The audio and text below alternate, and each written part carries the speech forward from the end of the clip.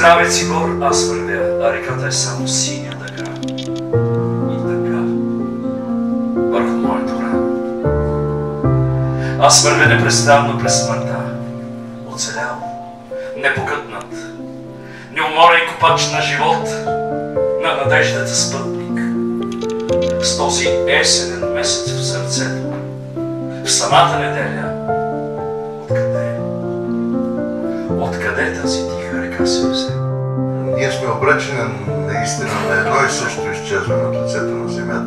Ние живеем тук, в града, покрай фасади, къщи, улици, минаваме през разни тунели, стоим край реката, реката на живота, в която наистина, на вечността, в която наистина ние не можем да влезем.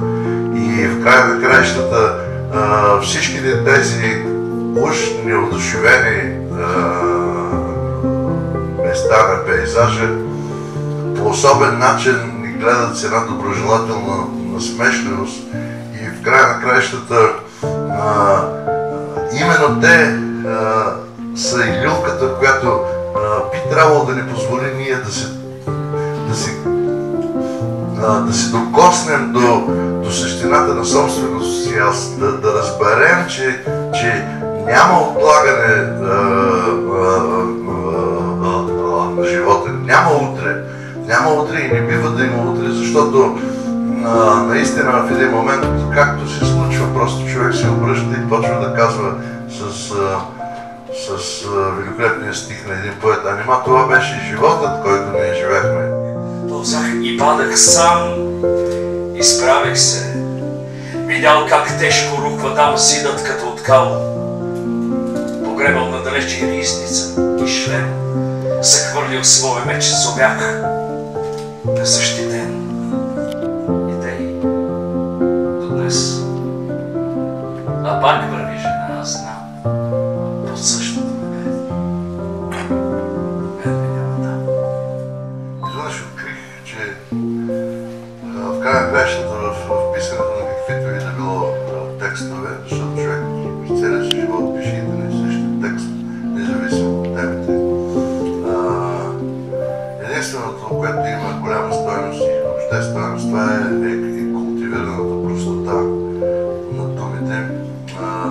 Стих, който да бъде написан така, че както човек разговаря с близък човек и нищо повече. Останалото да бъде една тишина, която остава между разменени две реплики на хора, които се обичат.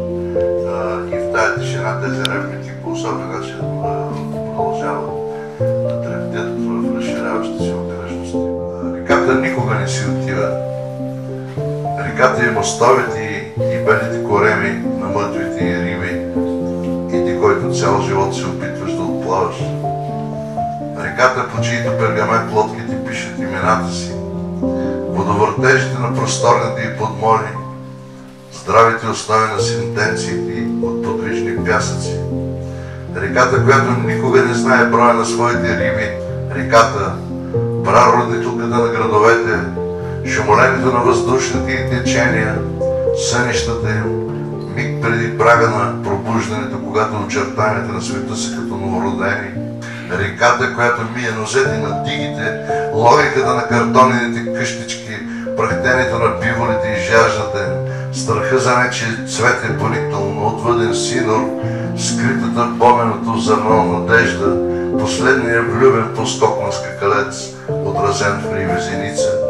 Реката, която не се интересува каква е дълбочината и където е всичкото наше провинциално щастие на хора, родени да останат на